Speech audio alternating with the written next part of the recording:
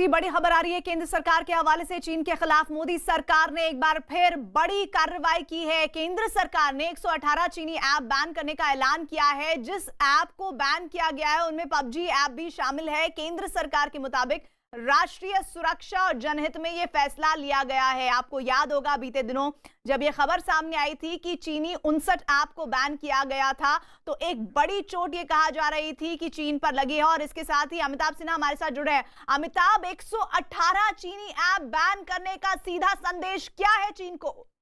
ये एक तरह से कहा जा सकता है सीधी सीधी एक सर्जिकल स्ट्राइक है चीन की कंपनियों पर। पिछली बार आईटी मिनिस्ट्री में भारत सरकार ने, मोदी सरकार ने 59 चाइनीज ऐप बैन किए थे और इस बार 118 चाइनीज ऐप बैन किए। चीन की अर्थव्यवस्था को, चीन की कंपनियों को एक बहुत बड़ा झटका है। इसके बारे में इलेक्ट्रॉनिक्स और आईटी विभाग को काफी शिकायतें मिल रही थी और इससे जनहित में और पब्लिक ऑर्डर में नुकसान हो रहा था। इससे राष्ट्रीय सुरक्षा को नुकसान हो रहा था क्योंकि इससे जुड़ी हुई, इससे जो भी इनको यूज कर रहा था इसके डिटेल सारे चीन जा रहे थे। इसके बाद गृह मंत्रालय ने अपनी रिकमेंडेशन दी।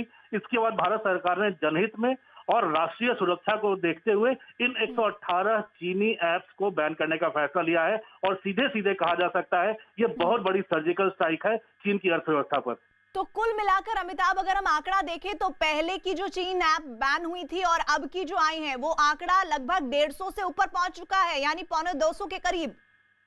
बिल्कुल, 118 ये हो गई। 60 पहले, 59-60 पहले बैन हो चुकी थी। अब आंकड़ा लगातार बढ़ता जा रहा है और सिर्फ और ये बहुत बड़ी कार्रवाई, क्योंकि चीन अपने आप को इनोवेशन में, अपने आईटी में काफी आगे मानता है। उन कंपनियों को काफी बड़ा नुकसान झेलना पड़ रहा है और कई कंपनियों के अपने खरीदार ढूंढने पड़ रहे हैं ताकि उनका कामकाज आगे बढ़ सके। तो ये काफी चीनियों को काफी बड़ा झटका है, खासकर तब जब अभी भी लद्दाख की सीमा पर चीन तनातनी के लिए उतारू आमदा है। ऐसे में भारत सरकार की ये सर्जिकल स्ट्राइक और आईटी मंत्रालय की, रविशंकर प्रसाद के मंत्रालय की सर्जिकल स्ट्राइक काफी मायने रखती है और चीन को काफी कड़ा संदेश भी देगी।